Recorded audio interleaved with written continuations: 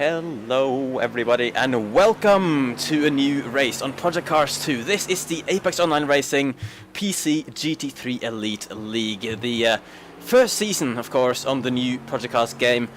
Season 8 overall in AOR of the GT3 leagues. And this time, for round 2 of the season, we are at the famous, the historical, the almighty circuit, the Spa Francorchamps in Belgium. And I am, as usual, Fizzy, here to take you through the action, along with my co-commentator for this season, King-Kodiak.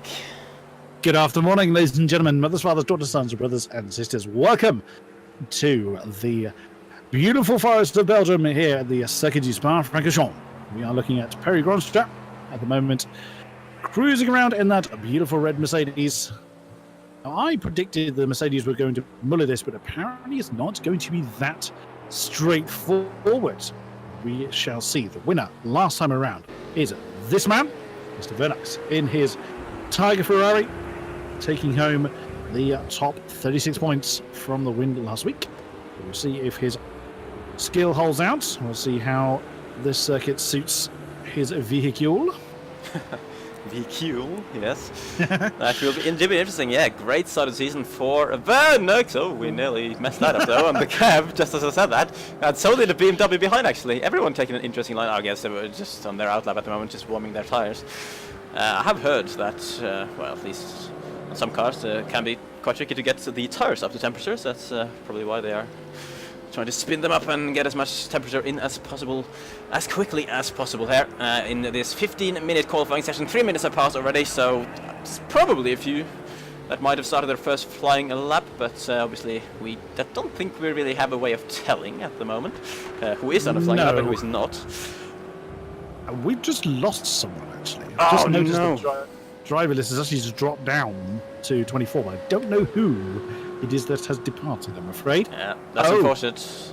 That's 2 gone. I don't know whether we have a lobby problem.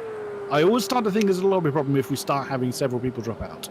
Yeah, I feel like that's a usual thing that, you know, people like, okay, suddenly someone's wheel just stops having force feedback or something and then have to restart. Hopefully it's just a case of that, so it doesn't affect too many people. But of course, the annoying thing for us is, of course, that if they now rejoin the session, we will have that same bug that we have last week with those guys being stuck at the bottom of the results, regardless of how well they do in the qualifying and the race. So we'll just have to deal with that, see if they can make their way back in and then try to figure out who is affected. But yeah, it should be a 25 car field here today. Only driver changes the league since last week is that Groby unfortunately has pulled out. I believe Rhaegar then has jumped up from a reserve driver to take his main driver's spot. However, Rhaegar does not seem to be present here today.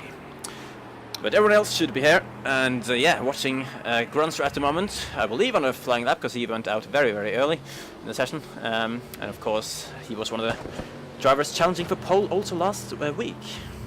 Yes, he was, and he had that rather unfortunate incident halfway through the race that left him rather stranded, which affected his results. He still climbed up to 5th, however, so he still had a great recovery drive last week.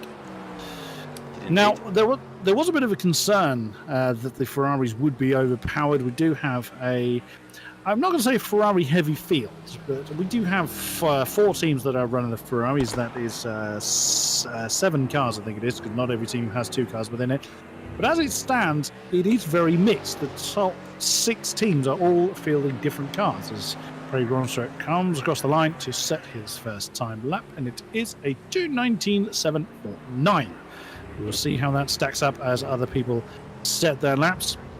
So it's nice to see that one, that we have a very heavily detailed field as highlighted before, but also that it's so mixed up. It's not just the top 4 are Ferrari teams. Yeah, I believe only 2 of the top, let's see, 14. Well, 3 of the 16 point scorer from last week were in the Ferrari. And that's James. A struggling Ferrari. Yes, that's a way to rearrange your car. Now we're seeing the pole time now changing hands. It's now with Popsu. Finally, I've mentioned the Ferrari weren't dominating the field, and there happens to be a Ferrari who seems to be running a custom livery. Fair enough. It doesn't look bad in white. So Popsu now leading the way. Stu has just jumped in. Look at that, 51 thousandths of a second separates the Ferrari and the McLaren. Very nice. Very nice indeed. A couple of other driver news, actually, just because I see Johan is in the chat at the moment, so you might wonder why. Isn't he meant to be out on track driving? However, he was given a qualifying ban by the stewards for that incident with Perry Gronstra last week, which he was deemed at fault for. Obviously, we didn't actually see how it started on our end. We just saw Perry off in the grass, but yeah, that's what the stewards deemed on that one. Also, 2 drivers were disqualified for track limits abuse after the last race. Johan also being one of those, and also James, the man we just saw spinning in the Ferrari a few moments ago. So those guys, unfortunately for them, have lost the points that they originally got from round 1, and will be starting fresh again here today, and hopefully this time they can get in the points, as we have McLaren blocking the whole road. And then Lambo goes back. That was Stu actually in the I was just thinking, let's put a smile on Fizzy's face, let's look at the lemon Lambo, and he just had to jump back to the pits to get his lap back underway. Of course, Spa being so much longer than a lot of other circuits, if you do end up with a problem like that, then it's a simple case of you lose so much time. Just jump back to the pits and try again. I mean, it takes 2.5 minutes to do your round lap, and that's if you floor it. Yeah. I mean, they've got 7.5 minutes to go. They're not having to push it that hard. Vernox has jumped back into the pole spot, breaking the 218 mark, 217.863. Very nice in the Tiger Ferrari. There's one of the Audis just behind him. Andrex not doing a bad job at all. Andrex was one of the drivers affected by the position bug. He was stuck on the bottom of the list. As it was, he and Wycombs were the 2 drivers affected last week. They were down in 16th and 17th anyway, so we didn't see a great deal of them, and as it was, they weren't battling for the higher points paying positions. But Andrex currently finds himself in 6th position in that growling M6. Wycombs is actually swapped to a Porsche, which he's already rearranged. No, beg your pardon. He was driving that last week. I do beg your pardon. Now he's actually taken Groby's team slot in the Roadrunner Racing Inc. team alongside Godfather of Shift, he is currently 6th, just been demoted Yorkie. Well, in the 2nd and 6th. Vernox is 2:16.9, so he's not. How has he done that? A 2:16.9? What on earth? That's incredible. The lap time was just done there. Over a second faster than anyone at this point of the session. Yorkie, that's an interesting line at the top of our Rouge there. Actually, as you mentioned the team, I'm going to just quickly, while these guys are continuing to set some laps, I'm just going to quickly show the standings from last week, which, the driver standings aren't too interesting actually, because it's exactly the same as the results now, updated after those disqualifications, of course. So you can see Vernox leading the way in the championship, with Jeff and Stu also taking the podium spots last week. But I'm going to show the team overview here quickly, just to show, because we didn't really touch on that too much last week. So you can see the team leaders at the moment is 5 Aces Esport of Vernox and Nismo. Vernox contributing all of those points so far. Visceral Esports with Jeff and Claessens close behind. EVR then with Stu and Morvik, also looking pretty good. Stark Industries with Macy and Hideaki. That's another double team. Roadrunner Racing Inc., which you already mentioned. It says Godfather Shift and Groby at the moment on my graphic, but that should now be updated to Godfather Shift and Wycombs as of this race. Yorex Racing, you can probably guess who are in that team. Yorkie and Andrex in the BMW. Then Forza Ferrari with 1 point with Rillo and Wanshire. And then 3 one-man teams at the bottom there. Andreas Hayder in the Mad Eagle team. James in the Team Momentum team. And actually that's 2 drivers there as well in the BMW Motorsport team, Tipple and Cole McCoy. So those are the teams. There's still quite a few drivers without a team for this season. But there you go, for those of you wondering what the team setup is for this season. Colin McCoy was not able to take part in last week's race, so at Imola, so we will see how he does there. He is in the minty flavoured BMW M6 that just spits fire at me as he goes past. Now, we've got 3 drivers that are without a lap. Claessens is just about to set a lap. Is he one of the ones stuck on the bottom? I think he is, because I think he's actually been out there for a while. Claessens and Hideaki. Hideaki is the other, yes, I think, because we did lose 2 drivers very early on, and I think it is Claessens and Hideaki. Now, Hideaki finished 12th last time, and Claessens finished... Where did he finish? He looking at the list. finished 13th with a different forum Oh name yes, to his, so I knew that would confuse me. I reminded myself that his forum name is who he is, and I still tripped up on it. Nick Mind is still not setting a particularly representative lap time in that lemon Lamborghini, so hopefully he's not 9.5 seconds off the pace. I'm sure he is not. So we will see how he progresses. Popsu has jumped within a second of Vernux then with a 2:17.5, and Andreas Hayder. Well, what a stunning run for him. There was me saying the Ferraris are not OP, and it's actually the top 3 that are Ferraris at the moment. You know, he is in that Kaspersky coloured Ferrari. He is in the, as Fizzy mentioned, that's a solo man team, as much as you call it a one-man team, a team, per se. So that is Mad Eagle Racing that he is in. And great effort for me. He didn't have a good run last time out. He was actually out of the point 18th position. So we will see if he has better luck this time around. Oh, we have a McLaren that's dividing the Ferraris. Oh, and he's gone drifting around the source. Very nicely done. And we have Worn Tyre then, who's just navigating his way around one of the BMWs. It's a rearranged BMW at that. I don't know if that is Andrex. No, Andrex is in the pits, and Andrex's teammate is Yorkie, so that must be who that was we just saw. And yeah, so yeah, 2:16.9 is still pretty unchallenged at the moment. Yeah, I mean, I haven't even throughout practice, I haven't heard of a single time in the 16s. That's beautiful. Not the fastest way. Oh no, he's gotten in the way of the BMW as well. As he's sitting on the apex for everyone coming through Puon at this moment in time. That's not going to help. No. As one of the Tiger Ferraris as well having to go around him off the track. So he potentially ruined the 3 people's laps there. Did one time with that little spin. In terms of the session in general, though, he's doing a pretty solid job, sitting in 8th at the moment. York has dropped down to 7th now. Gronstra in 6th. Andreas Hayder, I guess that is in P5 at the moment, which is very solid considering he didn't score any points in the season opener. Then we have James, Stu, Popsu, and Vernux in the opposite order of that in the top 4. So yeah, as you mentioned, Vernux still looking absolutely ominous, but it's a little bit closer. For the spots behind. 4th, 5, 6, and 7 are all about a 10th or 2 tenths apart. So that particular pack is pretty close. I mean, it's difficult to be that close on a track this long, but that just goes to show you how close that particular pack is. But it all comes down to consistency, and most races generally do. But when you have a track this long, it gives you more opportunities to make a mistake. So will Vernux be able to do that 2:16.9 that many times throughout the race? That is really the golden question. Well, I wouldn't bet on it. That's an interesting parking spot for the Mercedes there in the wall. But we're kind of watching James at the moment. Well, to be honest, Vernix doesn't even need to do anymore. He's still in the pits at the moment. 45 seconds to go in the session. He was out. He was actually out at the moment. Early runs. Stu. Yeah. But that's his day done. He won't have it. There's only 30 seconds remaining. So anyone that's on a lap. So Popsu is taking a bit of his under tray out. He is at the bottom of the track. He's gone through Stavolo, I think. Yeah, that'd be interesting. He doesn't have too much. I should never question it.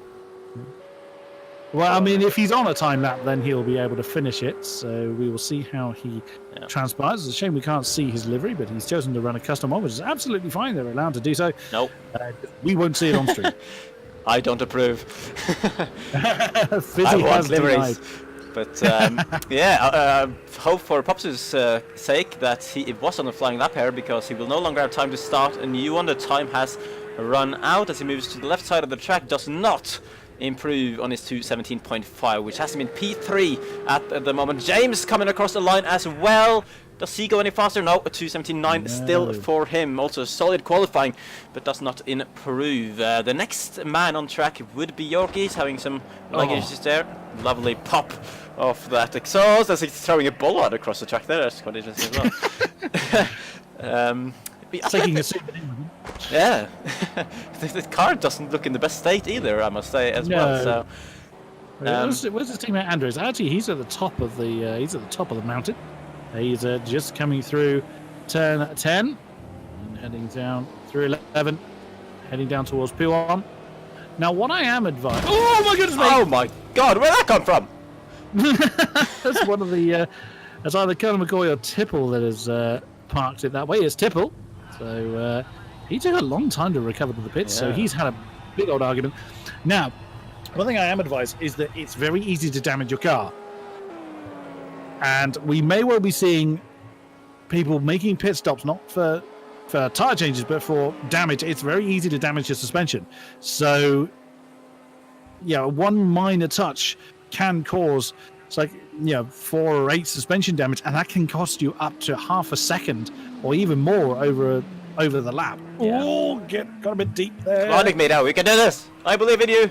He's currently sitting 19th in the session in that lovely Lambo. Can he improve on his 220.002? Come on, get a 19 at least. No. No. Oh well. A shame. Where is James? Crawling, so he's not doing anything. Maisie, we haven't really looked at him in the Audi.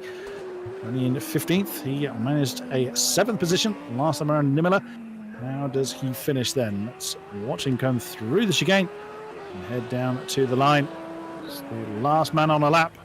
Does he improve? Yes. Up to 12th. So, wow, that Vernox was just unbelievable. 269.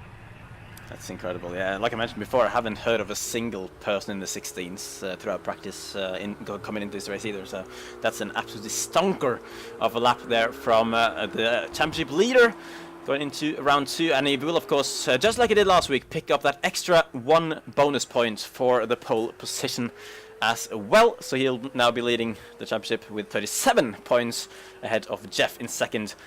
With 30, Jeff will be starting this race actually quite far down in 14th position. I do believe actually he started a bit down as well last week, not quite that far down, but he finished second, but he definitely started way lower than that.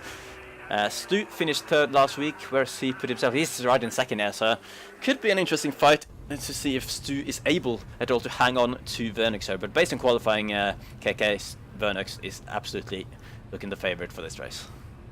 But again, as we saw last week, all it takes is one mistake for things to go horribly, horribly wrong. If you make a mistake at Blanchimont, you run that slightly bit too wide, you can generally keep your foot in it, but if you come across someone that is also doing 150 miles an hour, that is going to hurt. You go wide at Pouan, that is going to cost you a fair amount of time. So there's still opportunities for things to go a little bit awry for the drivers as we await for all the connections to sort themselves out, as we did last week, and then we will get this race underway. We have, of course, Johan starting from the back of the field. That'll be interesting. Well, yeah, absolutely. He'll have a ringside seat for any problems. We, of course, have Hideaki, who is one of our... Was he one of the drivers that was stuck?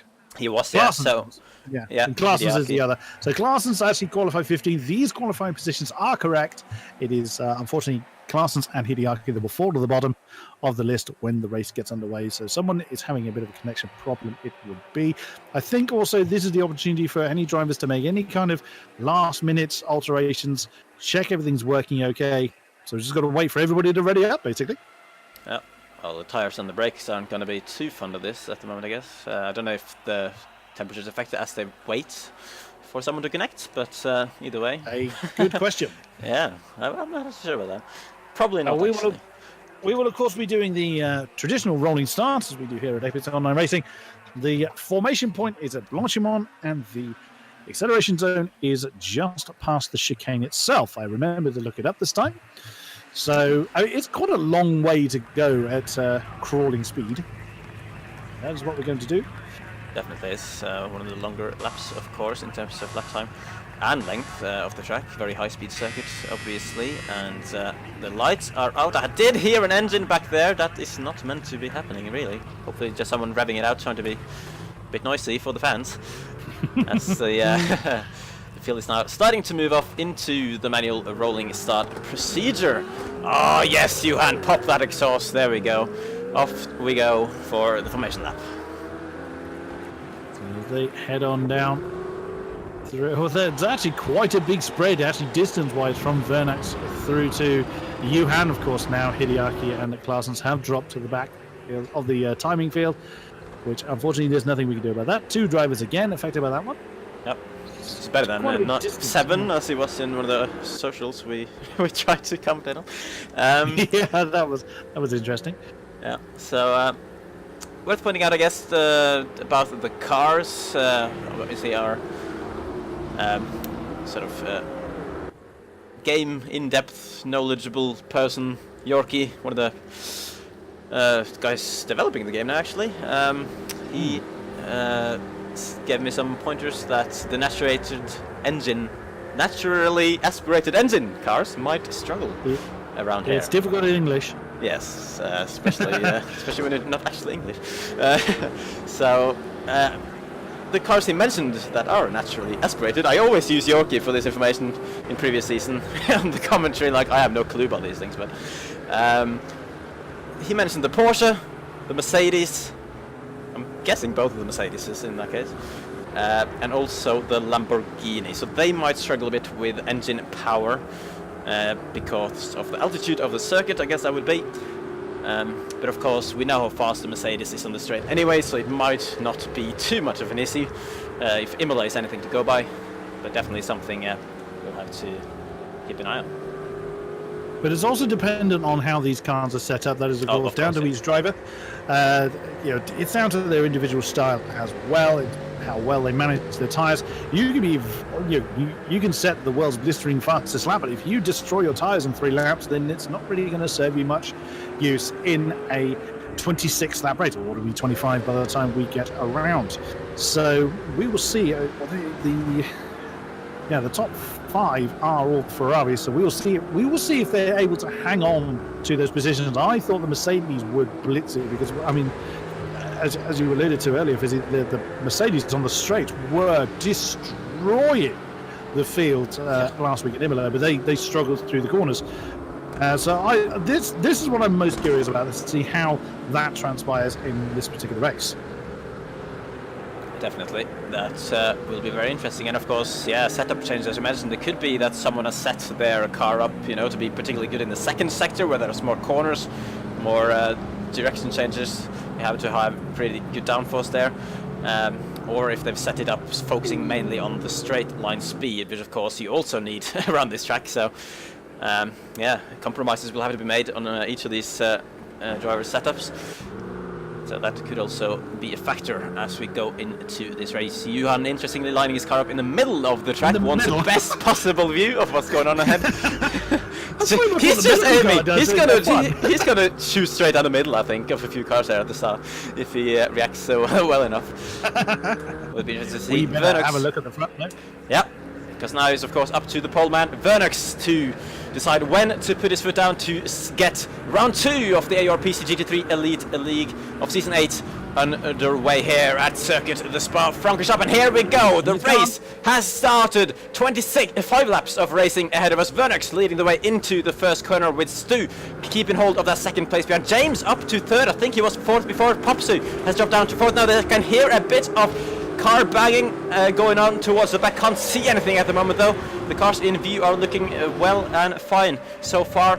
And up through a Rouge for the first time. 4 Ferraris ahead of 1 Mercedes. That is Gronstra having gained 1 position off where he started. And that is Popsu very wide off the track. Gronstra is going to straight past 2 of the cars. Stu dropping from 2nd down to 4th place. James now up to 2nd place. Can Gronstra get him as well before they reach Le Combe? What a start for the Mercedes.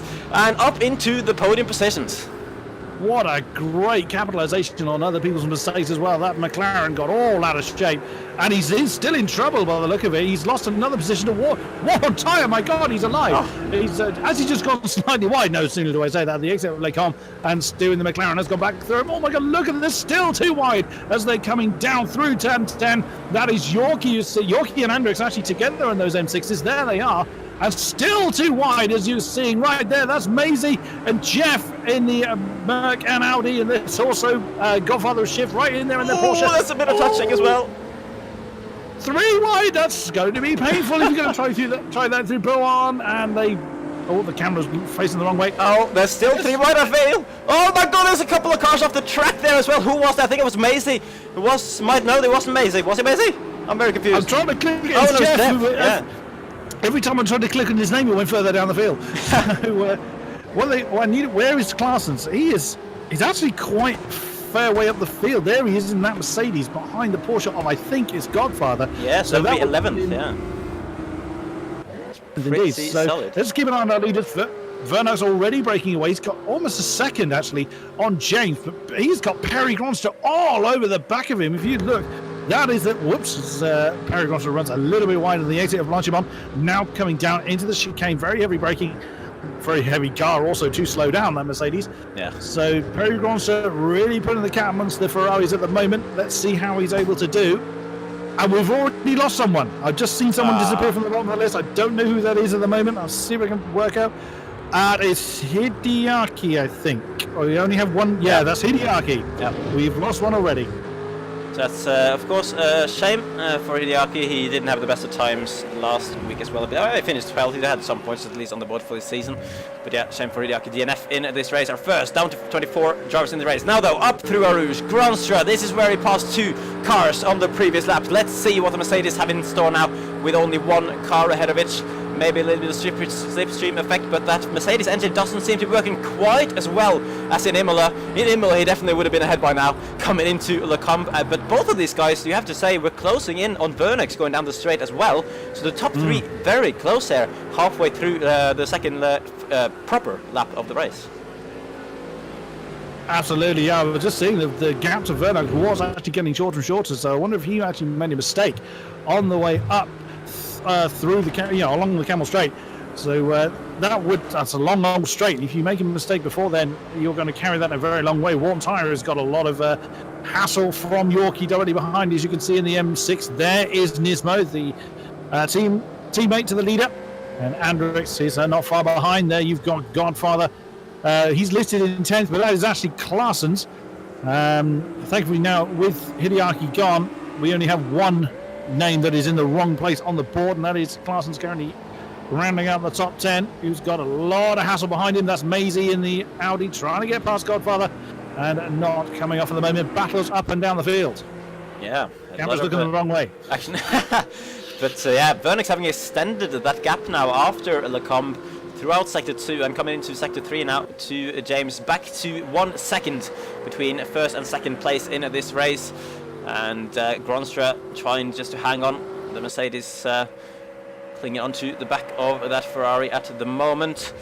Gronstra, of course, who had really good pace as well in the season opener, but had that incident with Johan, sent him down the field. They had to make a comeback drive. So far, so good though. He's in the podium positions as he stands with James, who was, of course, one of the drivers who got disqualified last week for being a bit too naughty with the track limits. Hopefully he has sort of learned from that now and will be a bit kinder on that one. Godfather's in trouble. Godfather's in trouble. He's facing the wrong way. He's having to correct himself. That's at the chicane. There's a car in the pits there as well. There's 2 of them. It's Jeff and Morvik, I believe. So Jeff we saw having problems early on. Morvik's in there as well. So that's one of the McLaren and one of the Mercs, and the McLaren's just killed someone's pit crew. That's unfortunate. Hopefully we won't have to pay any insurance. Oh, and Morvik's got a penalty for something now. Can we see what that penalty is for? Now, someone advised you can see it here. 10-second penalty for Morvik. That'll be speeding in the pit lane, almost certainly. That is probably what it would be, and the only reason he would be pitting at this early point as well is, of course, for damage purposes. So that has gone very wrong there for Morvik in this early part of the race. It is a long race, of course. An hour of racing will be had, but when you have to make a pit stop in the current format, when the tires are as such, assuming these guys use the hard tires, which I think they will be in this sort of weather and temperature, they don't need to do a pit stop, or at least I don't think they will. So having to do one because of damage will be particularly hurtful for Morvik, as we are currently looking at Yorkie, who is up now to 6th position, getting 1 from where he started, I believe, 1 tire. The car behind actually, so Stu is the car he's following ahead. And he's getting very close actually. Yorkie doing a better job so far in this race than what he did in the first round. Yeah, Yorkie was in, just looking through the list, he was in 10th last time around. But a name to mention, Johan, he is up to 10th position from starting last. Is he 10th or 11th? Because Claessen's already ahead of him, so that must be no. So he's 11th. So actually, it's Claessen's that's currently in 10th. But the Ferrari did pretty well for a recovery drive. No doubt making a lot of positions early on due to a bit of wheel banging possibly going on, of some people suffering damage. But yeah, see, he's making a very good progress through the field at the moment. Still lots of cars close together. This top four still in fairly sort of session. Perry Gronstra has made a mistake somewhere or set up not doing him well. That's actually going to put him in the clutches of Popsu, so the Mercedes may have to think about being a bit more defensive. But it seems to be here that Vernox struggles. You see him building the gap. We saw this a lot last week in Imola as well. You see the gap being built in certain areas and being lost in others. So we'll see if Vernox is able to keep James at bay. They're less than a second at the beginning of the Kemmel Straight. We'll see what it is at the end of it. Yeah, let's see if James is able to close at all coming down the straight.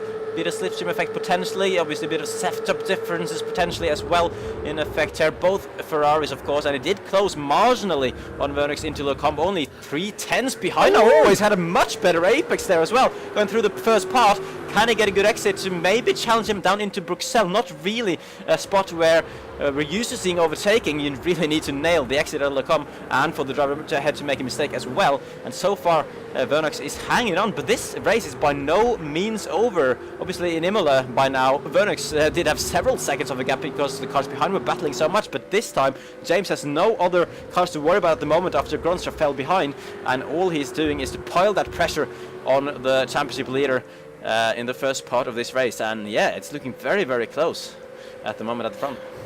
Yeah, Vernox, I think, went a bit wide on the exit of Lecombe, which allowed James to close right in on him, which now means Vernox is going to have to concentrate much more on those defensive manoeuvres, much like Perry Gronstra is. Popsu is right with the Mercedes. That's the view from the bonnet of Popsu, and we saw a couple of times the back of the shot where the Mercedes just wasn't hanging on to the apex as well as he was at the beginning of the race. So Perry Gronstra feeling the pressure at the moment, Popsu doing what he can to keep that pressure on. Now we'll see. Now Vernox is beginning to build the lead again. But is he going to be able to as they come on the exit of Blanchimont? Oops, as he dips a tyre on the exit of Blanchimont. Don't go too wide. Nicely done. So will they see now that lead's obviously going to compress a little bit as Vernox seems to have set his car up for the more twisty bits as opposed to the straighter bits. So we'll still. Oh, and we've had a change for third. Popsu threw it on the inside of the chicane, and is now claiming that third from the Mercedes. That is pretty impressive there from Popsu up to third. Yeah, the Mercedes starting to struggle a little bit after the blistering start that Gronstra had coming up Eau Rouge. And Yorki's made a move as well on Stu there for P5 in the race, up into the top 5 for the veteran Yorkie. That's a very good move to lead BMW in the race at the moment, ahead of the lead McLaren. And unfortunately, I'm seeing in the Twitch chat that Tipple is posting things, which can only mean that he is out of the race. Very unfortunately, we're down to 23 drivers indeed. So yeah, wondering what happened to Tipple. It seems to be some kind of technical issue going on there. So yeah, that's another driver out. Second DNF. Shame for Tipple. A great shame. That's one of the minty BMWs that has gone. Colonel McCoy now flying the flag for them. And again, we saw the lead descend to less than half a second for Vernox. Now he's going to build that back up between himself and James. So we'll see if they're able to keep that momentum going. Oh, what is that? Bullets flying again. Perry Gronstra picking up another memento. So last laps was seeing Vernox got 2/10 over James. Popsu doing 2/2000ths of a second, a near identical lap, but 1.1 seconds between Popsu and Perry Gronstra. Wow. Yeah, obviously, I don't know. If these guys were battling out of the bus stop, we might have affected a little bit, but wouldn't have thought too much. Yeah, it really seems that the top 3 are looking very, very strong at the moment in those Ferrari cars. So maybe this is when the Ferraris are kicking in a little bit. The Mercedes doesn't seem as dominant straight line-wise either as it was in Imola. But you have to say the gap behind Gronstra though is still very big. He probably has aspirations to be on the podium, but at least he doesn't have to worry about dropping further down than 4th place at the moment, unless he does make a mistake. Yorkie, as we mentioned before, holding that with Stu still not too far behind, but Yorkie looking to pull a little bit away as it stands, looking a bit further down as well. We got Nismo a little bit by himself, a couple of seconds either side. One tire having dropped down to 8th after being up to 5th briefly at the start. So he's dropping down the field a little bit again, a couple of further seconds down to Andrex, who he has got Johan. That's Johan. No, that's Johan. So Johan's going to pass Claessens at some point, properly into the top 10 now. And That's Maisie that's behind classes as well, so gives us an opportunity to check in with the rest of the field. So Relo having it's Relo and Wycombs heading down towards the source. Who's going to come out on top of that one? Ferrari's got the outside line. Can he get the power down in time? No, the Porsche just holding him off, but he hasn't given up on it. Oh, they're going to be I think Ferrari has got this before they reach Rouge. Not really the corner where you want to be side by side, obviously. No. If the natural engine stuff is to be believed, then the Porsche should struggle more than the Ferrari on the straight here as well. So, yeah, good move there around the outside for Relo to get past. Wycombs up in 13th position, and now we got side by side with Hesto and Andreas Hayter. Oh, Hayter has dropped down quite a lot actually. He was pretty good in qualifying, if I remember. Look at that! I mean, that's the AMG as opposed to the SLS, I believe. I think it's the SLS actually. Was it? I can never tell them apart. So not only can I not tell them apart, I certainly can't predict where they're going to be. So I'll give up on that one. There is Zabzi in one of the Audis. There is Gunnar McCoy. He's out there somewhere. And there he is. I think he's had trouble somewhere because the camera was struggling to pick him up there. Who else can we find? Oh no, your beloved Lemon Lamborghini is really struggling. He is down in 20th position. That is that Mick Beat directly ahead of him? It is indeed. Interesting. So, I'm seeing as well. Jeff is the next car behind Nick Meter in 21st or 22nd. We've lost Morvik. We've lost Morvik as well. Come on. Third man down is Morvik. Again, we don't really know what has happened there. Hopefully he can update us in the chat. But I'm seeing as well, just pointing out, in 21st position at the moment, Jeff, the man who finished second place in the race last week, has really had some big problems in this race. Oh, James is right with Vernax now, and this is an area where Vernax needed to have built a decent lead to hold him off. We could well see a challenge for the lead coming up. About 2 seconds down the road is Popsu, but 5 seconds down is that Mercedes-Benz Pierre Gronstra, really struggling. Now we need to keep an eye on this battle between Vernax and James. This is where Vernax has been slower so far leading to this point. And so, up Eau Rouge, let us see. On board with... No, not that camera, that one. Ooh, that's ugly. But he's kept it together. Now we're going to see. We actually have worn tyre in the pits as well. We'll check up on him in a minute. He could well get this one done. Is he going to have a position leading into the car? Could be brave. No, I think I was quite wise. He was a little bit too far back to attempt that move safely. Oh, we have two pitches. It's Zamzu and Worn Tyre that have come in. That's... Worn Tyre from such a good... Oh, that's damage on Worn Tyre. From 8th position is where he was running. That is a big shame for him. Zabzi, not sure what's happened there. I can't remember where he was really in the field either. At least he's coming out before Worn Tyre. He's leaving the pits. So, unfortunately, Zabzi is going to join Jeff down there quite far behind the rest of the pack. And back to the front though. I noticed, obviously, we saw on the main straight, James was looking very close to Werner, like out of the bus stop, but then he lost a little bit of time through the source, the first corner.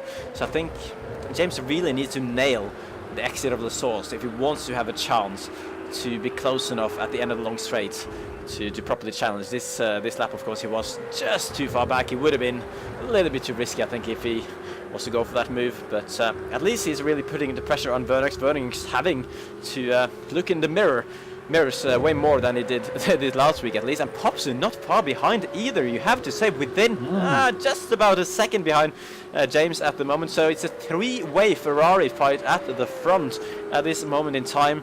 And you still say, probably just based on how fast Vernax has been looking in every session up until now this season, that he's probably still the favorite, but this is by no means out of James to Popsu's hands in this race.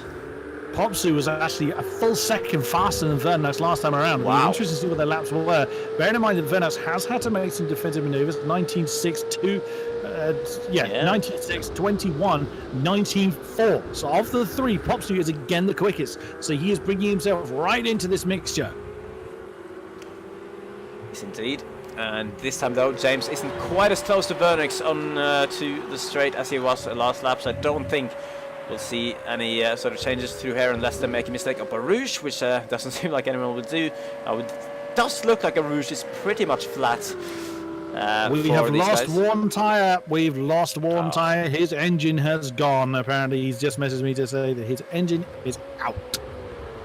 Man, we're having some quicker or more fast rate of dropouts this week compared to last week. We're only 9 laps into the race, and we only lost 4 drivers. So down to 21 cars then, still on the track, still more than enough to give us a good amount of action. Oh, Nick Meadow in the pits as well.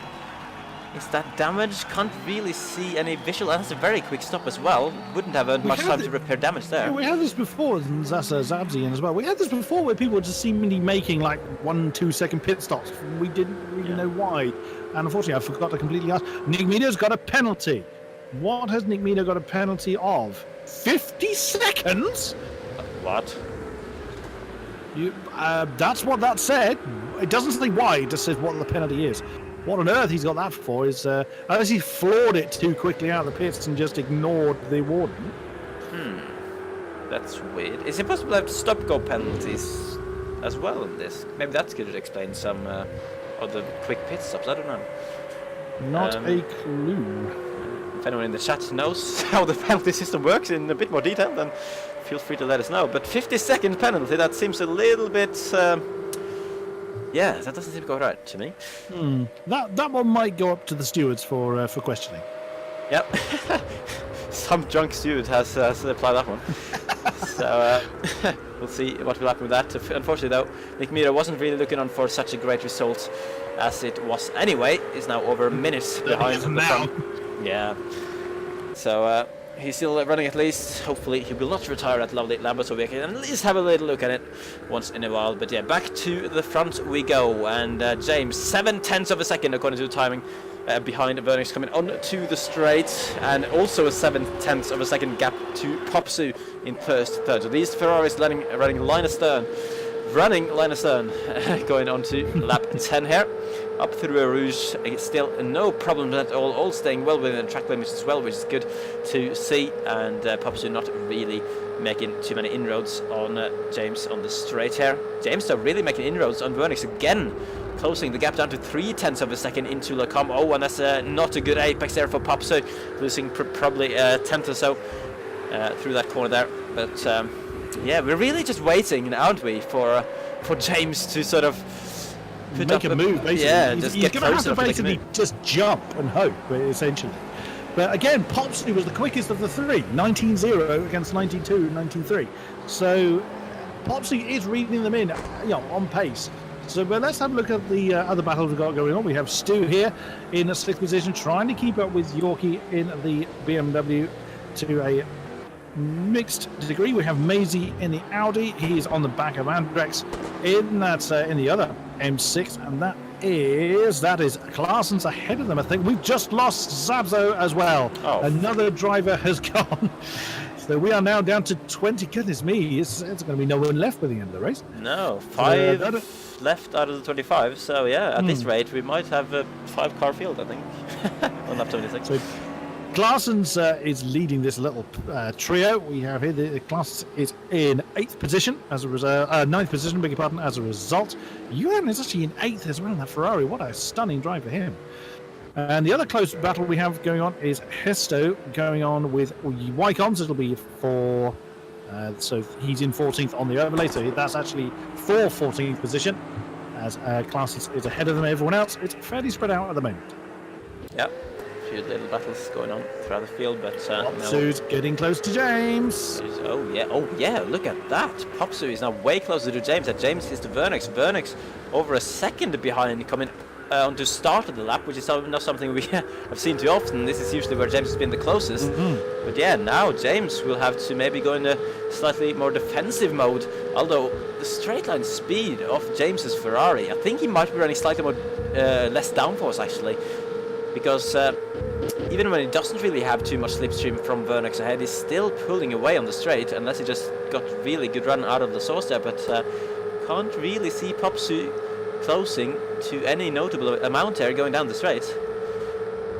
No, indeed. They look pretty nip and tuck, as the English phrase goes. Pretty like for like along the straight there, but it's in the twisty bits where their setup seemed to make the biggest difference. As James goes a little bit wide on the exit of Les Combes. Oh no, not into Bruxelles, surely. That would have been pretty catastrophic, I think, if he'd attempted that one. Some people do. Some people get a little bit too excited, especially if you've been following someone for on and on and on and on, and you then suddenly get an opportunity, even though it's not really an opportunity. You might try and take it, and you then compromise your race because you've just taken an opportunity that realistically isn't there. But Popsy realizing that, he's nailed. Is he going to try for something in the chicane? He's going to try and force James into a mistake, but that is going to allow Vernux to try and run off into the distance at the moment. Yeah, this is exactly what the Vernux needed here. Similar story to last week, really, just a little bit later on in the race, that the guys behind battling for second place, slowing each other down a little bit. James is really starting to struggle now for whatever reason. Look how close Popsu is onto the back straight here. He's nearly pulling alongside before they're even halfway down it, and they're going to be side by side potentially here through Blanchimont. James still's got half his car ahead. Is Popsu going to try to hang around? As I know, he slots in behind, trying to get a better run. James off the circuit there, and will have the inside line for the bus stop chicane. Popsu braking so much later. Can he get this slow down? Yes, he can! Somehow getting it slowed down for the Apex to take second place with a brilliant move there over James. What a move! He planned that one quite a long time in advance. He'd done the switchback on James on the exit of Blanchimont, and just felt he had the pace to get it done on the chicane, and that he did. Now he's got his sights very much set on Vernux, but still got to defend from James. He's got a lot of pace to the lovely Ferrari. He's going to have to be careful about the line he takes.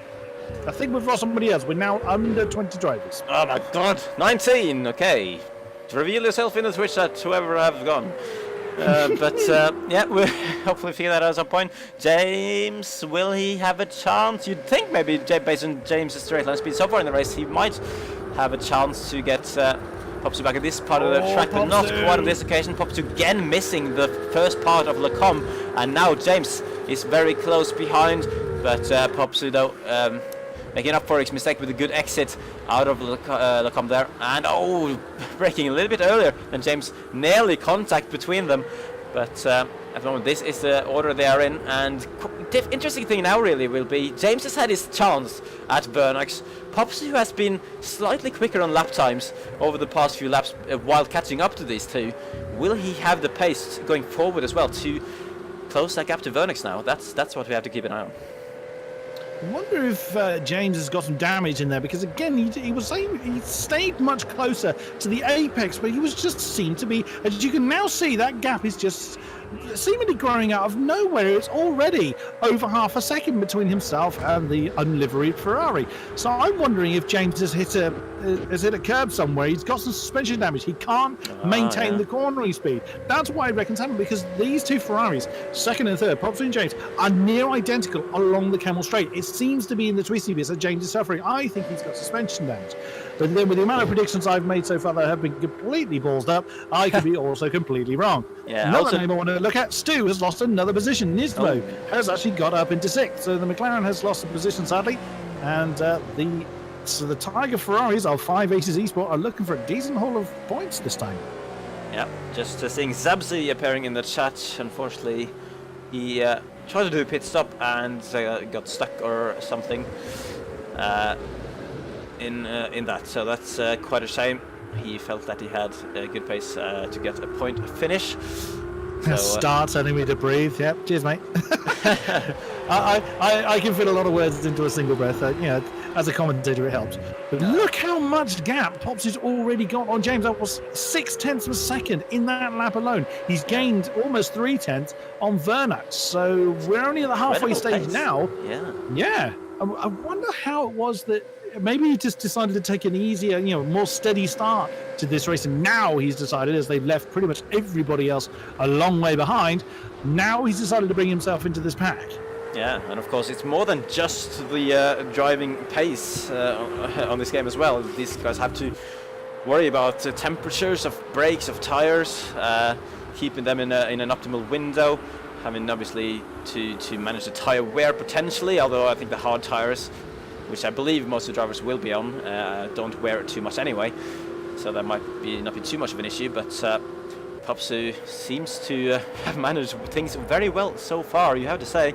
And he's now coming back towards Vernux here. 7/10 is the gap at the moment. I think you might well be right about James, to be honest, unless there is some kind of temperature problem that he's trying to manage at the moment. Could well be that he's got a little bit of damage, because I know as well, maybe he's tapped a bollard somewhere, because I believe the bollards can easily give the cars a little bit of aero damage as well. So that could be another potential theory for why James is suddenly losing pace. Could well be. I mean, without speaking to them, we will not know. We'll see if we can catch up with the drivers. If they remain in their positions, we most certainly will be grabbing hold of Popsu. He's had a stunning run so far. And see, this is where Vernux needed to have built that lead, and he was able to do it over James for a while. James now 2 seconds back, 1.5 back from Popsu. So yeah, he is losing time hand over fist. Oops, and Popsu got a little bit too trigger happy on the gas through the chicane, or that's what it looked like from this perspective. But that is the view from Popsu then, as he stares at the back of that yellow Ferrari. And now it's going to be his opportunity. Once they come through the source, this is where, as we've seen time and again, where Vernux has been weaker. Looking at that 0.6 of a second in Popsu's favour that last lap around. Goodness me, it's not going to be long. It is going to be 2 laps, I would guess, as long as neither one of them makes any kind of catastrophic mistake, of course. It's going to be in the next couple of laps when we start seeing a challenge for the lead. Yeah, could well be the case. Yeah, it's crazy the amount he's closing at the moment. And Popsu, where did Popsu finish last week again? Quickly on check. He finished 8th in the season opener. He did. So wasn't quite up there challenging with the best. But of course, another one who had a very solid debut. This is his 2nd race in the league. Same with the James, back in 3rd place as well.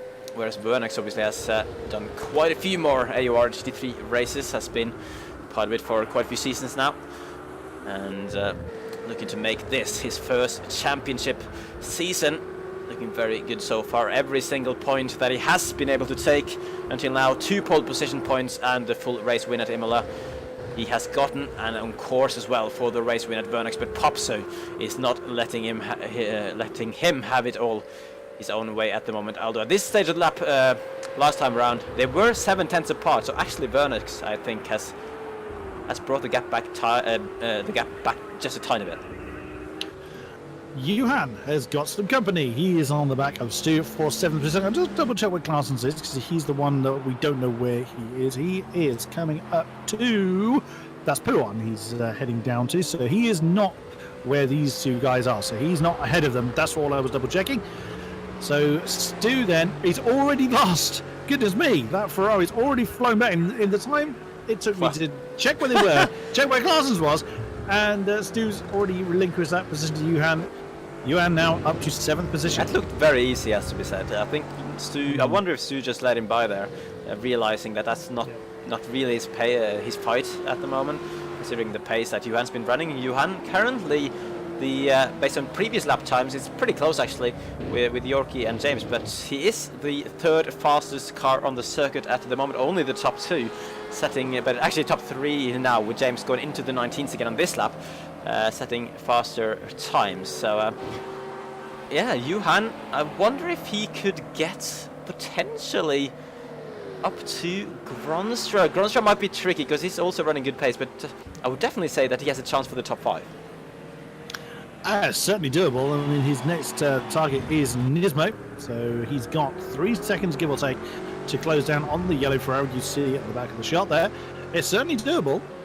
He only gained a 10th last time around, but it depends how much time he lost behind Stu last time. And interestingly, Popsu lost some time on Vernux up ahead, 0.4 of a second in the yellow Ferrari's favour. So Vernux found some pace from somewhere, or Popsu made a mistake. But I think it's more that was more along the better end of Vernux's recent lap time. So I think Vernux, maybe with a bit of a lighter car, maybe he's been taking it a bit more easy.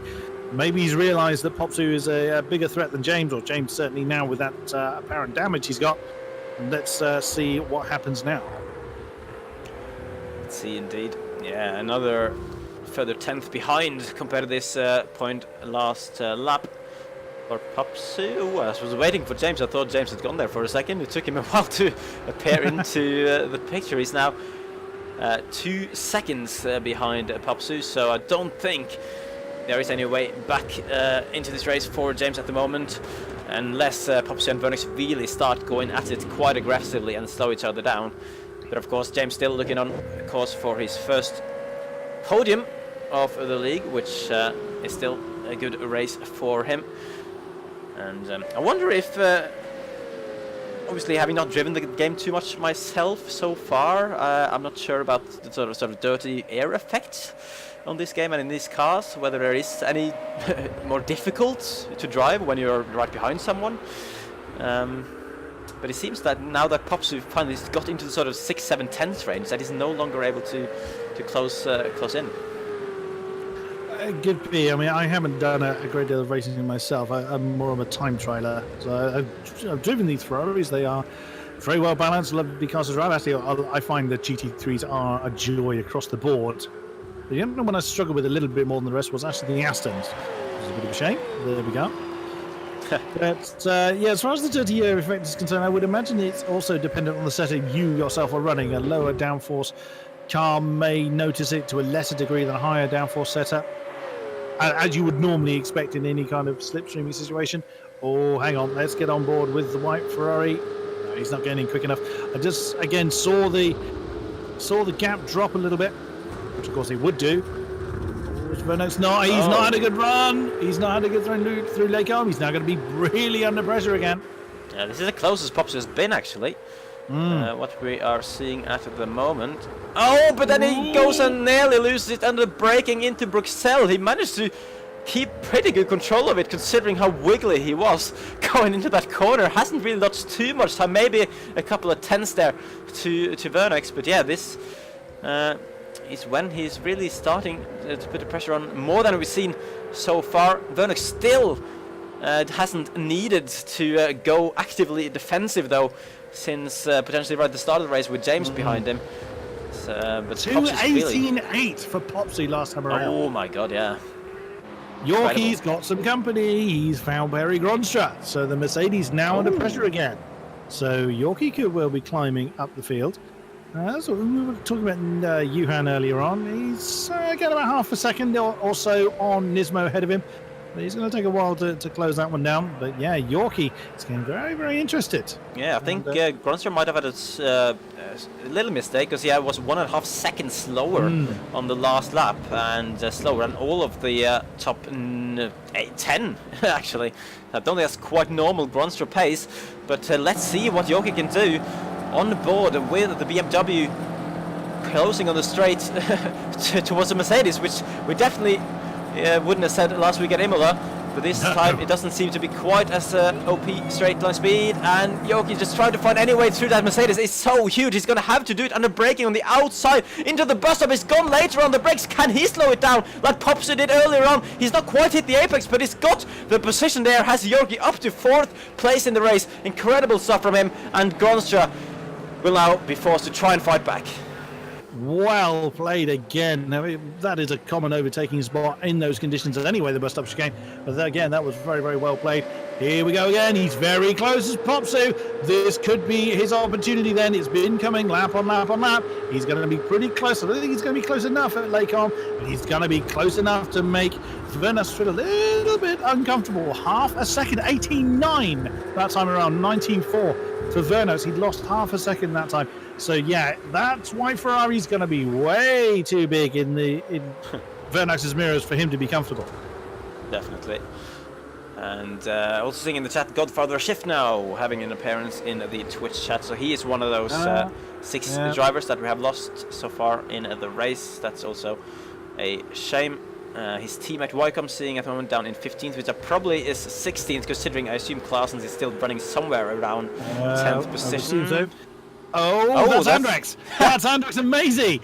Oh, and then the background there, that's Hader and Relo. So yeah, we've got a couple of battles forming here. Maisie having to defend very heavily from the M6. It's coming into Lake Arm. He's not got it. Can Andrex hang on to that position? It looks like his job done. Well played. Oh my goodness me, that was close. Was indeed. Let's see how the guys behind have sorted themselves out. Brillo seems to be the car ahead. Hayder's in trouble. Oh!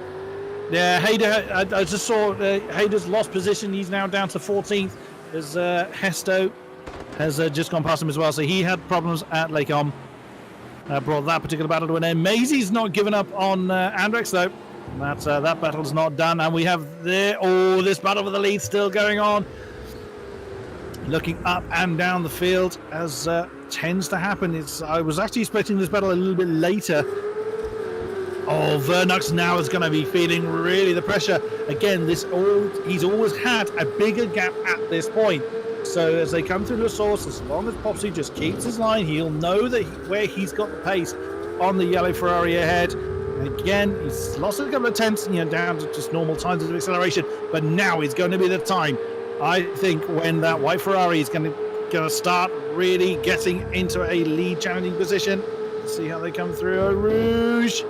Oh, he hit that very hard, but he's kept his foot in it. Here we go. He's closing. He is. It's going to be side by side before they get to Lacombe. Ooh, there he goes. And Vernux didn't choose to defend it. He's going to be side by side. No, he wasn't. He wasn't alongside enough. Well played by both drivers. Yeah, again, Vernux had kind of hoped that he wasn't going to be alongside enough to challenge. Oh, no, not a sale, surely not. Oh. That's the second time it looks like he's gone for a pretty audacious move into there. And we've gone pretty mad because we can already see just at the start of the move that that's not going to work out for Popsy there. But yeah, he was really close going into the that time. Just not quite brave enough on the brakes, I think. And Vernux taking the perfect line, just leaving a little bit of room in the apex while still keeping the momentum through the corner as Popsy was briefly off the track through Puhon as well. So he's really, you just see how hard he's pushing with these small mistakes, but that might be what is necessary to get close enough to Vernux. This three-way battle here, that is Claessens, Andrex and Maisie. This is 4, 8th, 9th, 9, 10, 11. Oh, Andrex, goodness me, he's getting very, very interested in that Mercedes. Is he going to get that maneuver done? Oh, my goodness me, side by side, heading down towards Puhon. One corner too early. Oh, he's got him. Well, very nice driving by the M6. Maisie now going to have a think about the inside maneuver into Puhon. Mercedes having none of that. Goodness me. I was just looking at the time, he's thinking, oh, they're getting awfully close. Oh, what's going on here? Oh, no, wait. So, I jumped to Popsy there because his delta was showing a negative figure. I was like, well, you can't be doing that because you'd be in the lead, surely. Oh. It showed -0.2 there, so I'm just going to jump back to Maisie because the Popsy and Vernus will sort themselves out along the Kemmel Straight. We'll jump back to them in a minute. So is Maisie going to have a crack at Claessens? Claessens very wide on the exit of Stavolo. It does look like the Mercedes is able to keep the Audi behind him at the moment. He's not quite got the straight line speed to deal with that Mercedes. That's going to be a dive into the bus stop chicane. I'm keeping an eye on the timings on the stop screen. There goes the Mercedes either jumped out of the way or stuck to the racing line. Maybe he realised he wasn't going to keep that close. Oh, there's a couple of tenths between the Ferraris. Oh, that's the end of the Kemmel Straight. So no, again, Popsy denied. Another crack of the lead. And no, Johan and Nismo. Oh my God, it's happening everywhere. This is just, yeah. That's Gronstra, the foreground of the shot, so he's going to be involved in this battle pretty soon. Yeah. Like surely that's going to be Johan flying past Nismo. Can he hold on to it into Lecom? He's hung on to it at the moment. Yep.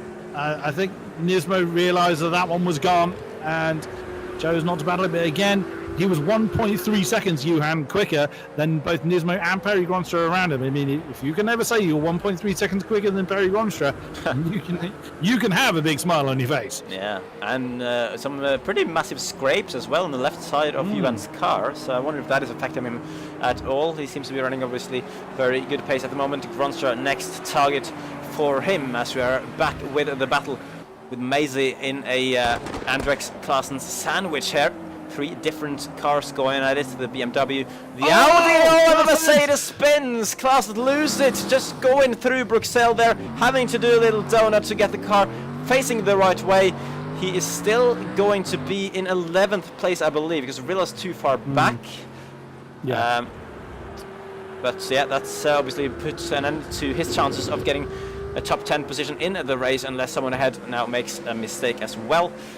So back to Johan though, closing in on Gronstra, and I guess Nismo will want to try to hang on to him as well, try to use him to pull him towards Gronstra as well, because Gronstra hasn't looked so quite as fast as usual in these last couple laps. 21.8 on the previous one, which is 2 seconds slower than Yorkie in 4th. I mean, Yorkie is showing blistering pace as well at the moment. Unfortunately for him though, he's way too far behind the top 3 for it to be too much. He's 19 seconds back, but he's actually on leader's pace. Yorkie's last up 19.9. So okay, about half a second off leader's pace of Grundy, but one of the few. Johan did hit the wall. He did. Yeah. Well, he probably wants to just balance out the scrapes on the left side of the car so that he has the same on the right.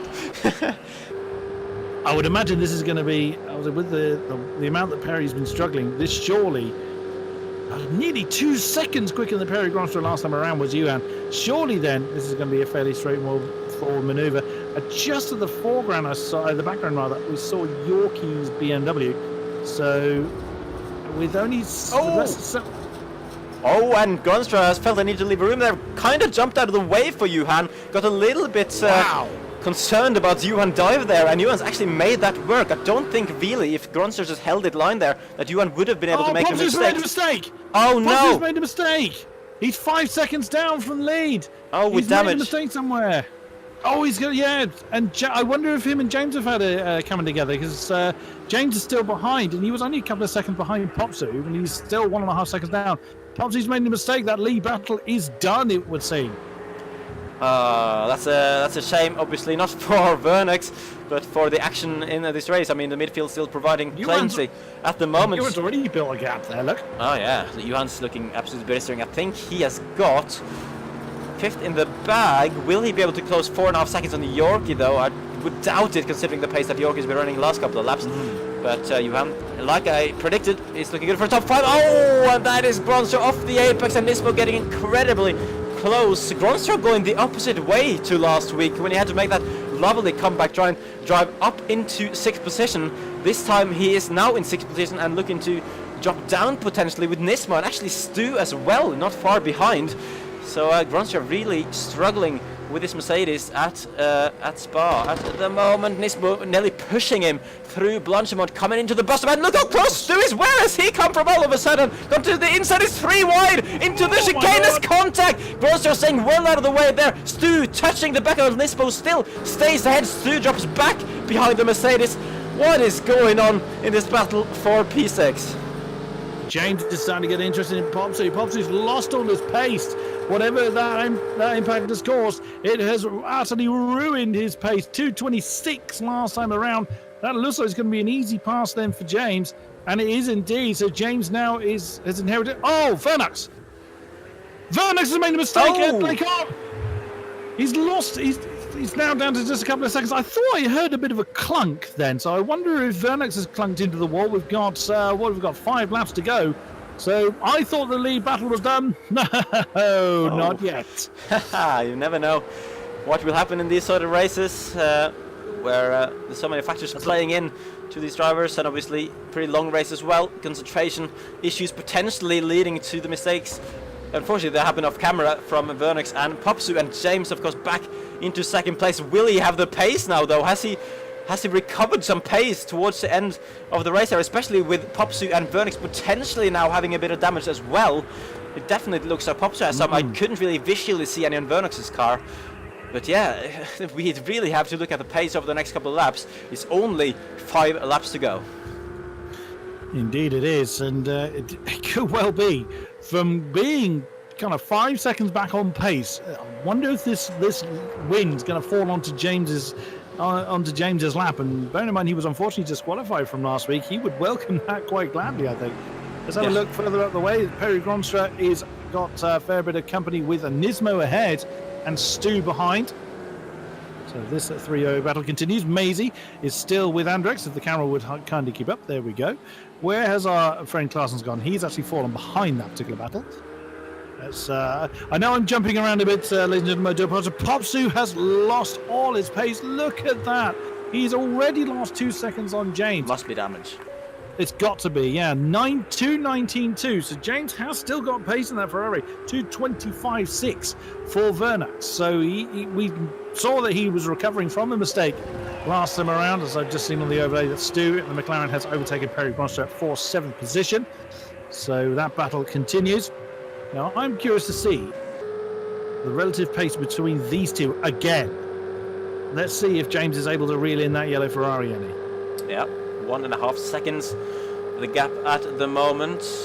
James was, of course, pressuring Vernax at the start of the race. Then his pace just seemed to drop off mysteriously as Popsu took over the challenge of the lead. But now it is up to James again to bring that gap down. He gained, I think, a 10th or so through the come there. But of course, we know the middle sector is where Vernax has had his strongest pace throughout. It has seemed to be the case that his car is set up for that middle sector, especially with the qualifying time he put in as well. 1:16.9 is unheard of. Yorkie could get a podium here. I've just looked at the time. It's wow! started cut Look at off, Popsu. Yeah, he's dropped even more time. Yeah, Popsu was 2 seconds just under slower than. Popsu was just under 2 seconds slower than Yorkie. There is 4 seconds between the two with 4 laps to go. Yorkie could do it. Yeah, I would not rule that one out for sure. If Popsu's damage is as bad as it seems to be at the moment, and Yorkie is still going at a pretty solid pace. That is a little bit off the track there for James, who is still about 1.5 seconds off Vernax. So similar pace so far on this lap at the moment. Vernax, I guess, doing a solid job, you have to say, to sort of recover from the potential slight loss of focus that he had to make that little mistake. That, luckily for him, did not quite drop him the lead. It's I guess he was lucky that Popsu had already made this mistake, because if he hadn't, then he would have been out of the lead by now with the mistake that he did. But, yeah, absolutely. Let's see what the lap times will be then. Vernax's first lap. Look at that! He's already got him! He's already caught up to him! Popsu has... Look at that! Oh, he's just flying past him. Popsu had nothing, absolutely nothing on Andrex then. So the M6... Popsu's gone to the... Yeah, he's given up on it. You saw that side angle. Everybody winced. So that is not a surprise. Yeah. I mean, he's gotten even more damage than when we looked at him last. He lands in 4th. My God, what a recovery! Talk about recovery drives. He's in 4th. I'm not convinced he's going to claim Yorkie. 4 laps to go. 4.5. Nah, not if Yorkie continues the solid pace that he's got at the moment. We will see. We will see what pace he has left in that M6. Yeah. But people are, as you said earlier, it is a war of concentration. We will see what mistakes are still to happen. Yep. Stu goes a bit wide. So of course, just to point out, everyone of course now gaining a position from Popsu being in the pits. A bit to see where Popsu filters back out again. Villo had quite a gap to the car ahead, I believe. Now Rillo's also going to head Popsu's down to 13th position. He's still in the pits. So I think he might well be race over in terms of points there for Popsu, which is such a shame considering the run he was having, challenging for the lead even in his second race in AOR. So that is a bit of a heartbreak there for Popsu, and it's over to Vernax and James to take over the fight, or maybe there's a bit more fighting between Maisie and Andrex actually. They have been fighting all race long, these two. So.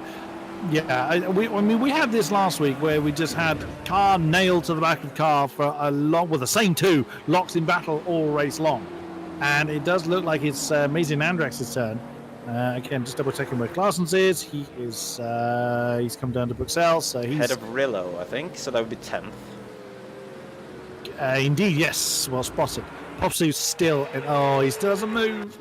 Well, I mean what a shit. Oh, hello. I just suddenly saw Vernax's gap drop But then, of course, I forgot where they were. I think there's something about the bus stop that makes the timings confused. Yeah. I thought I just had it in my head that they were actually coming to the end of Les Combes, which isn't that big a breaking point. So I was like, oh my god, lead change! But no, not quite. Sorry, get a little bit too excited there as they come around to. They're on lap 24, so 3 to go. Indeed. So 3 laps to go. I guess I haven't really done this before, but. If anyone in the chat wants to give some driver of the day votes, then feel free to do so. Obviously, Vernux leading from the front, staying there so far. Popsu having done a good job, but of course, unfortunately, having had now a couple of mistakes. James piling the pressure on as well. Yorkie onto the podium is another story here. And Johan, of course, up to 4th from the back of the field. Some strong driver of the day contenders. So feel free to let us know in the chat who you think should get that unofficial award. But that's Popsu we just see coming in. He was in the it's a lap down for over 2 minutes. So he's going to go for fastest lap. Well, why not? Oh well. Well, at least that's something to sort of. I think I'm going to keep an eye on these two. Yep. If you ever do that, yeah. Popsu. Unfortunately, in this league, no bonus point for fastest lap, only for pole position. So, but of course, it's always fun to go for a faster one. As Maze is looking to close the gap to Andrex up through Arouge. Battle for 8th still raging on here. Half a second or so behind though, so he definitely won't be close enough going down to Les Combes on this occasion to get him. And now it's 2.5 laps to go. This man's been struggling as well. Wycombs hasn't had the best of days, obviously, in one of those cars. Both of these guys in cars with naturally aspirated engine that apparently are struggling quite a bit more than others on this particular circuit, the Lamborghini and the Porsche. So Wycombs versus Nick Meadow for what is 15th if you factor in Claessens as well. So a couple of points on offer. The winner will get 2, the loser will get 1 in that particular battle at the moment. Jeff, the man who finished 2nd place last week, has at least made his way back into the points after being pretty much at the back of the field after the first few laps, having been involved in some kind of incident that we didn't see. He's up into 13th at the moment, very close behind Andreas Hayder and Rillo as well. So this could be an interesting 3-way fight shaping up here. Indeed, if again, it depends on the damage on that Mercedes, but we've just seen the Ferrari being the rule of the roost here in Spa, which is exactly the reverse of what I predicted last week at Imola. I'm just going to give a quick shout out to someone in the chat that has had my favourite Twitch name. Is someone who's watched me race, someone I've commentated on. It is Zippopotamus. Zipplummer. Hello to you, sir. I love that name. It makes me smile every time I see it. Zippopotamus. Amazing. Yeah, great. Believe me, I've had a few goes at trying to say it in the past. This is what it looks like from Jeff. Oh, one of the Ferraris. Who's that? It's Andreas Hayder ahead. I wonder if he got a bit out. Whoa! Well, that's Relo getting very, very out of shape. He's going to have to back off. This is going to get awfully close coming into the bus stop side by side. Surely not. Surely not. Oh. Oh my god, there's a car backwards! Oh! What's that? What's that for a position? Was that Claessens? Check Claessens. It was? Oh, well spotted. It was Claessens that's now fallen down to, that'll be 13th position he's now fallen to. Oh my god. Yeah, we already saw Claessens spin on his own. Big damage as well. He's hit something on the left side of that car. That's a rearranged Mercedes. Yeah.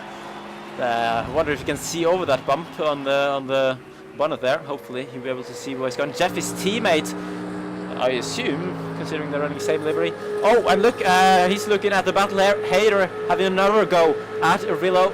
Ferrari versus Ferrari into Les Combes. Who will be bravest on the brakes here? Hayder slightly later, but Rillo keeping the apex nicely to keep the position. And God, Jeff, thank you once again. Trying to stick his nose in there to pick up the pieces, but the three keep staying in the same order as they were originally. It's it does seem to be not the easiest thing to make moves on this track, despite the long straights. Well, we haven't lost any more drivers for the last 10, 15 laps, which is quite nice. Yeah. Considering how many we lost earlier on. So this three-way battle continues. Maisie and Andrex still very, very close together. M6 still winning out over the Audi at the moment. James has fallen off the back of Vernux, so it will seem that lead battle is pretty much sorted out as Vernux now on his final lap and leads by 1.6 seconds.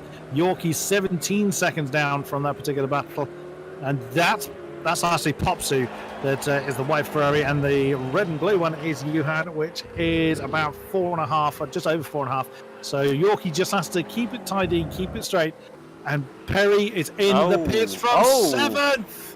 On the penultimate lap on the race. Oh, and he's retired. He's out. Oh, my goodness me. From 7th, so that's Andrex downwards, all gaining position. Oh, I commentator cursed it by saying we haven't lost anybody for a while. Has he run out of fuel then? I mean, I know he was struggling for pace, especially in the second half of the race, but I don't know why you would go into the pit and retire. As Klaasens as well is in. God, 3 points for a lot of people here. As they're going to come past the pit lane, going to get 2 positions. Everyone who was behind these two. So, yeah, this battle moves up to the battle for 7th now. Andrex ahead of Macy still. Andreas Hayder moves up. Oh, and Rillo's dropped behind both Hayder and Jeff, actually. Down into 11th now. So, where's our leader? Where is Vernux? He's just coming through Stabilo, so not too long to go. He's got 1.5 seconds back to James, so that should be comfortable for him. Maisie is running out of opportunities to try and keep the pressure on Andrex if the camera will kindly keep up. Jeff and Andre Hayder side by side. That's it. Oh dear, he's getting a bit. He wasn't too fancy. Wasn't fancying that Ferrari being ahead of him. Really, it would seem. But yeah, let's go to Vernux. I believe he's now coming through the bus stop chicane. He is indeed, and he will take the win. 2nd week in a row, 2-2 for Vernux, who's looking on fire this season. Takes the win in round 2 of the AORs GT3 Elite League of Season 8 with James, a very close second. Yorkie is going to be ecstatic with this, I imagine. Coming home to take that podium position. Popsu is going to be pretty sick, I would imagine. Challenging for the lead, and sadly it not coming out. Yorkie, big old flash of the lights, and why the devil not? What a great recovery drive for Yuhan, coming across the line in 4th. Nismo in the sister 5 Aces Esport. They're going to pick up a very nice haul of points here. Him coming across the line in 5th. Stu in the McLaren in 6th position. Andrex is still fending off the Audi. Maisie has got one chance there. He's going to have to do it on the brakes. And there he goes. Is Maisie going to be able to do it on the very final lap? No. Oh, well positioned by Andrex. Kept it very wide on the entrance of the bus stop chicane. Now, surely the Audi can't on the grass. Oh! Maisie may have a few words to say to the valiant Scotsman on that one, and that's people parking on the outside. Why the devil not? Donuts, woo! Jeff in the black Mercedes, the lone black Mercedes, coming across the line in 9th. Relo, God, he really did fall. He fell behind Jeff in the end. So 10th position for Relo. Then Andreas Hayder comes across the line in 11th. Hesto in the blue Mercedes will... No, there's the lemon Lambo. Oh, go on. Bit of contact there with Hesto, actually, in the battle for what is now 12th in this race. So yeah, the Lamborghini has found some pace there at the end. Yeah, it depends whether the Lambo still has that 50-second penalty to serve, or whether it's already been done, because he was in the pit a very, very long time at the time. Oh, White Cops just fending off Colonel McCoy for that 14th position. Then Popsy's already stopped. He's a lap down. And that is the race complete. It does look like Nick Meadow is actually classified as 13th position. Ooh, let's get some donuts on the go. Love this. This is one of my favorite new things with the Project Cars for this new game, that it can control the cars after the race and just celebrate or crash into things or just have some fun once it's finished. Why the devil not? Well, what a race. I think. Well, I mean, I was thinking, stupidly, I'd picked the kind of 3 that we were going to try and talk to at the end of the race ages ago, and that has totally changed. It really has, hasn't it? So you can see here, obviously, 5 more drivers that aren't appearing on the results. Drivers are out of the session. But Vernox, James, Yorkie, the top 3, Johan, Nismo, Stu, Andrix, Maisie, Jeff, and Villa also in the top 10. You got Andreas Hayter, Hestonic Meter, Wycombs, Cole McCoy, and Popsu picking up at least 1 point after Gronstra and Claessens retired late on in the race. So that was a really good race in my opinion. I really enjoyed it. It was. I mean, we did kind of think that, oh, maybe the Ferraris are going to run off and then it's going to be a steady race, but it really wasn't. There was action going on everywhere. It really was. So, yeah, glad to see a lot of people have been watching this race as well. Hope you enjoyed it. We will now, hopefully, we didn't manage it. Well, we managed 1 interview last week.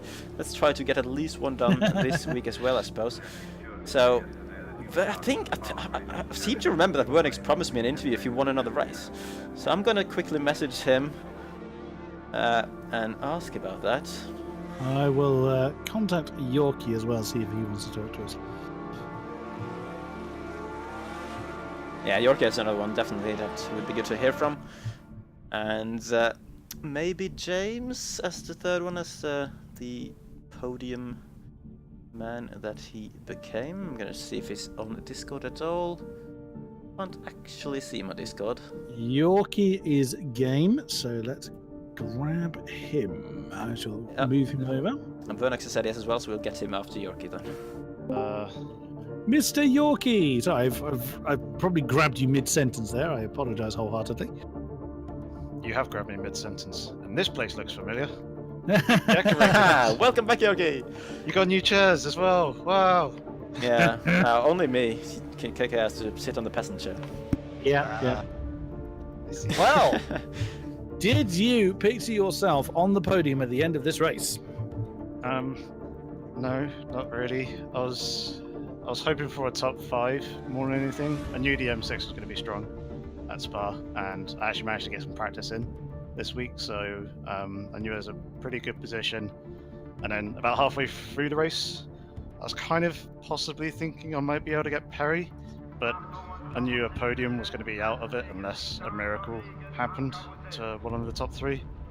And unfortunately, one of the guys had a wheel issue, which caused him to crash, and then he had to go into the pits. That was the reason, if you don't know. Which we didn't. Yeah, so that sucked, but yeah, 4th would have been very nice, but 3rd, unfortunately, through someone else's demise is... well, I'm a very, very happy man, to be honest. Remind me, Yorkie, how many podiums have you had before? I definitely know you have had. I definitely know you had 1. It has only been 1, so yeah, this is my just 2nd. Yeah, 100% improvement. That's not bad. Yeah. So, obviously, new season, new game. You're finally back on the track after torturing yourself with me in the commentary box for a while. How are you looking on this season? Like, what are your expectations in the final 4 rounds? Well, Imola didn't go too great. I didn't really have any practice, so I was already on the back foot, and then I kind of used Andrex's fuel setting. However, he was running a different engine map, which is why I ran out of fuel at the end and he didn't. So yeah, that was unfortunate. This time obviously I had a lot more practice. Hopefully going forward, the M6 should be pretty good at Algarve next week. Brands Hatchet should be pretty decent, also in the wet as well. And then the final race is at night. I can't remember where. Is it Monza? The last race. Actually, while we're on the point, I'm going to quickly bring up the calendar on my stream because I actually prepared this. So it is indeed Monza for the final round. Yes. Yeah, Monza. And then we got, is it Laguna Seca in there somewhere? Yep, round 5 Laguna. Yeah, so the M6 will be okay there, but not amazing. So yeah, kind of hopeful, but there's a lot of people who are really, really quick in the league, as we saw last week and also this week. I know Johan was going to be coming up through the field, so I was a little bit worried about him towards the end. Yeah. He obviously would have finished in front of me if he didn't have his penalties. But yeah, I'm kind of hoping for top 5. Another podium would be great, but I doubt it's going to happen, being realistic. Well, you never know in these races. So It's good to see you out on track again, though, I have to say. Yeah, thank you very much. It was a hell of a lot of fun and some good battles. I was expecting Perry to fight me a little bit harder than he did. Yeah. But yeah, I saw he was struggling through the final chicane and knew that was going to be the best chance to overtake him there. And it worked quite nicely. Yeah. Definitely saw a couple of shouts for you for driver of the day as well in the chat, which is also cool. Oh, thank you very much. Yeah. It'd be awesome if I did get that. Yeah. Obviously not really an official thing at the moment, but I just asked people to give their opinions, and clearly some enjoyed your drive to the podium. So yeah. Thank you very much, Chad. Yeah. Yes, like I said, good to see you on track. Hope you have also some good stuff going on in the next couple of races, and we'll see you then. Fingers crossed. Thank you very much for having me. And Thanks, have, Yoki. awesome streams. Cheers, man. Cheers. Bye. Bye. Unfortunately, Yuhan has legged it. You understand it. Okay, that's fine, I suppose. And James was never here, so we'll get Vernix in. Very nice. He said to me last week that he wasn't, he wasn't Oh yeah, he's the most used to these kind of situations, but he has now promised that after his second win he would get an interview. So yeah, you can drag him up if you want. I shall go and grab him. Hello, Vernax. Vernax, hello. Hey, yo. Hello, Vernix. Well done. We have moved you to the combos. Well done. Great, Yeah. great job. How are you feeling? Tired, long and hard. Did you think that? Did you sort of feel like you were really going to have to fight, or were you confident that you could hang on to the lead? I was kinda confident because I knew Popsu is a pretty fast driver, and I know he's clean, so I had no worries about him. Yeah, James was, I don't know, he made some mistakes everywhere, so it was good. Yeah. Obviously, your pace was incredible right from the start. You did a 1:16.9 in qualifying, absolutely insane. Had you even done that in practice at all? Never did it. Never. It was the first time Wow. I went under 17, so... Yeah, wow. I don't think anyone expected anyone to do a lap time in the 16s at all, so that's very, very impressive. Yeah. And of course, I was going to say there, you didn't put any foot wrong in the race, but actually, we did see you make one little mistake. I think it was at the Com. What happened there? I misbraked myself. That was the only point where I usually make mistake in practice, so yeah, I did it there as well. It's pretty sad. Yeah, wouldn't be fair on the rest of the drivers if you didn't make at least one mistake in the race. But yeah, it's gone incredibly well for you so far this season. 2 wins in 2, also picking up both of the bonus points for pole position. Can you keep this going? Next track is the new track, so we'll see. It's new for everyone. Yeah. Hopefully. Great stuff, great stuff. I mean, how confident were you at the beginning of the season it would go this well for you, or were you just sort of, or didn't you think about it when the season started? I knew Gonstra, Yuhan, Popsu, and other guys will be pretty damn fast. So I practiced a lot for Imola, then for this one as well, so I wasn't really confident at all. Well, hopefully you are now. Yeah, I am. Kinda. Brilliant. Excellent stuff. Well done. We look forward to the next one. Thanks. Alright, really good job with Alex, and yeah, good luck next week as well. Thanks. See you later. Bye-bye. Cool. Yeah, that was your race winner. Vernix, the Hungarian in the Tiger Ferrari, who's picked up both of the wins and both of the poles so far this season, despite the strong challenge of both Popsu and James in this race. So, he's looking like the main favorite for the championship at the moment. I did see in the chat that my menu music was too loud. Trying to adjust that at the moment, so hopefully that's a little bit better now. Naughty fizzy. For next week, that should be hopefully a bit better. But, oh my god, it's gone back. Okay, oh, whatever. We're about to end the stream, so big shout out to everyone who has been watching the race. Those 52 of you who are still there. We had about 100 at some point in the race, so clearly a lot of people enjoying the action. That's very, very good to see.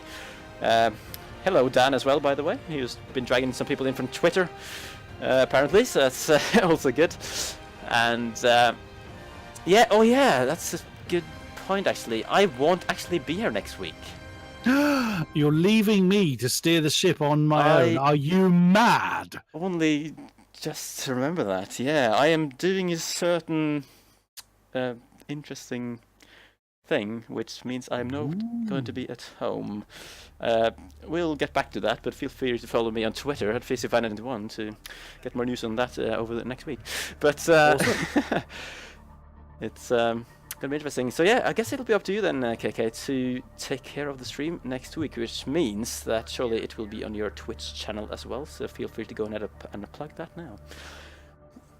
Yes, it will be on Ranger Carrot 1980. I shall bung a link in the chat for those watching live. So that is where I shall be broadcasting the AOR coverage next week for 1 week only. Yes, indeed. So yeah, make sure you head to twitch.tv/RangerCarrot1980. Follow that, and you will hopefully get a notification as the stream goes live at the same time next week, 8 PM UK time for round 3 at Algarve, a new circuit to Project CARS 2. I have never seen a race there, I believe, so I would have loved to actually be there for that as well, but sometimes you can't get everything that you want. So I'm sure that is, again, will be a very interesting race. KK will take you through it with no problems at all, I am sure. So, as usual, Chris, it's been a pleasure having you in the box. It is always an honor to be alongside the god of AOI himself. And yeah, thanks everyone once again for watching. Join KK with a stream next week on his channel. And yeah, see you then. See you then, and good night.